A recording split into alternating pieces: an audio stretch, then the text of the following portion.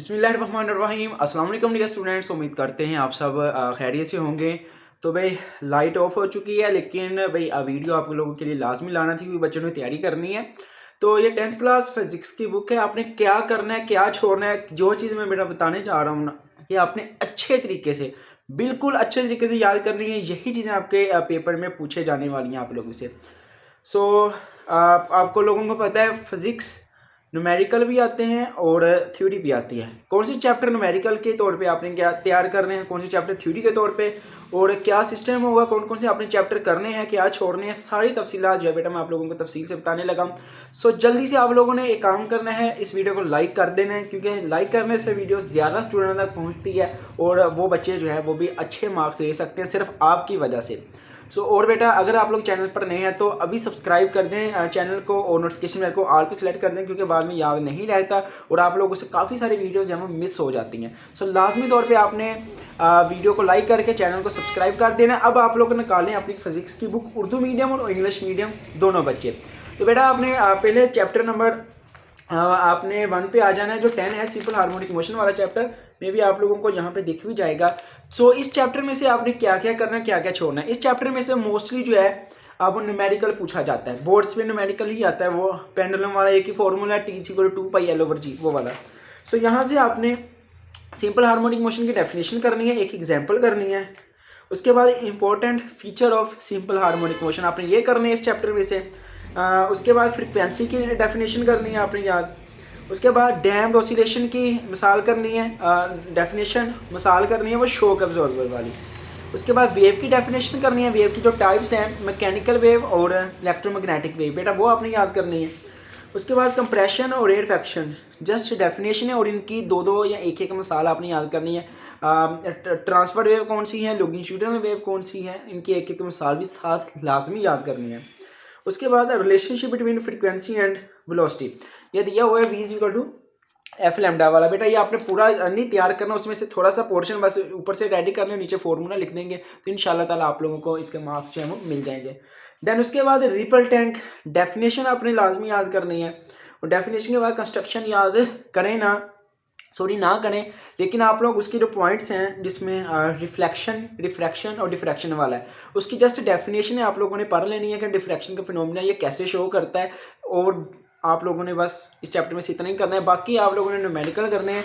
Numerical इस chapter के आपने लाजमी तैयार करने हैं। अब इस चैप्टर में से कौन कौन सा न्यूमेरिकल और कहाँ कहाँ से आएगा वो इंशाल्लाह नेक्स्ट वीडियो में मैं आप लोगों के साथ बता दूंगा कि ये न्यूमेरिकल आपने करने हैं, क्योंकि अगर इसी वक्त बताऊंगा तो वीडियो काफ़ी सारी जो है वो लंबी चली जाएगी। अब बात करते हैं नेक्स्ट, दूसरा चैप्टर है साउंड एनर्जी वाला। साउंड एनर्जी वाला चैप्टर है, इसमें आपने sound required material medium for its propagation, वो जो बेल जार वाला एक्सपेरिमेंट है ना वो आप लोगों ने तैयार करना है। उसके बाद डेसिबल की डेफिनेशन, बेल की डेफिनेशन, साउंड इंटेंसिटी लेवल की डेफिनेशन। उसके बाद इको की definition, speed of sound in different medium, उसके लिक्विड के अंदर कितनी स्पीड ऑफ साउंड होती है या सॉलिड के अंदर कितनी होती है ये आपने करनी है। उसके बाद रिवर्बेशन, ठीक है, ये acoustic, importance of acoustic, noise और पोल्यूशन में फ़र्क, म्यूज़िकल साउंड और नॉइज़ में आप लोगों ने डिफरेंस बताना है। उसके बाद अल्ट्रासाउंड की डेफिनेशन है, अल्ट्रासाउंड के 3 या 4 इस्तेमाल आपने पढ़ लेने हैं, ये देखें बुक पे काफ़ी बड़े बड़े दिए हैं, आपने छोटे छोटे से कोई भी याद कर लेने हैं। उसके बाद बेटा आपने ऑडिएबल फ्रिक्वेंसी रेंज की डेफिनेशन और उसकी वैल्यू याद करनी है। बस इस चैप्टर में से इतना ही करना है। सोनार की डेफिनेशन जो है ये यूजेस ऑफ अल्ट्रासाउंड वाला जो चैप्टर है ना टॉपिक है उसी के अंदर है सोनार वाली। देन चलते हैं जी नेक्स्ट, इस चैप्टर में से न्यूमेरिकल आता है लेकिन कह लें कि चांसेस होते हैं बाज़ औक़ात जो है वो पहले में से आ जाता है, बाज़ औक़ात दूसरे में से आ जाता है।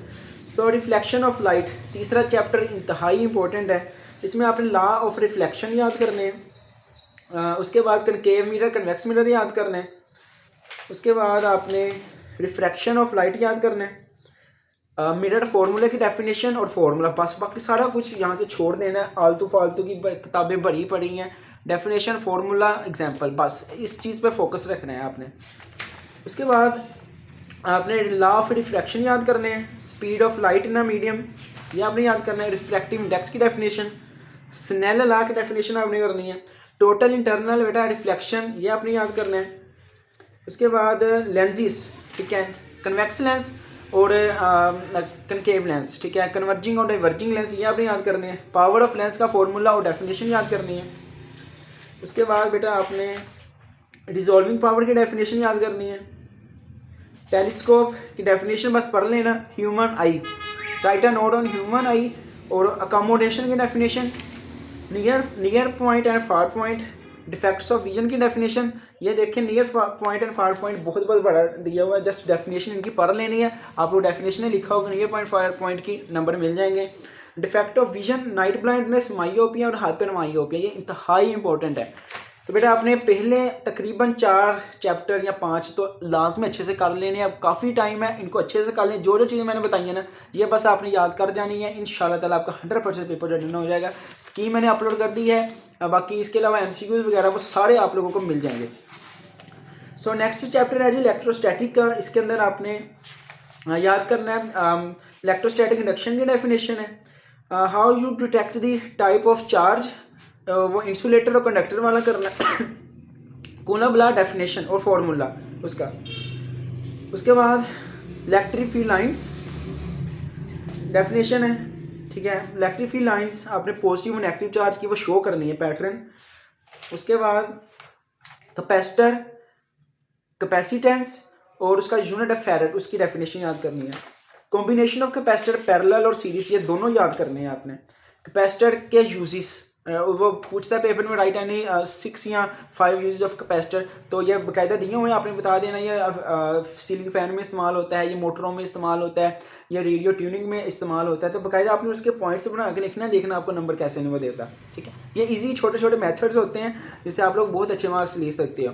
कैपेसिटर की types, paper capacitor, mica capacitor, ठीक है।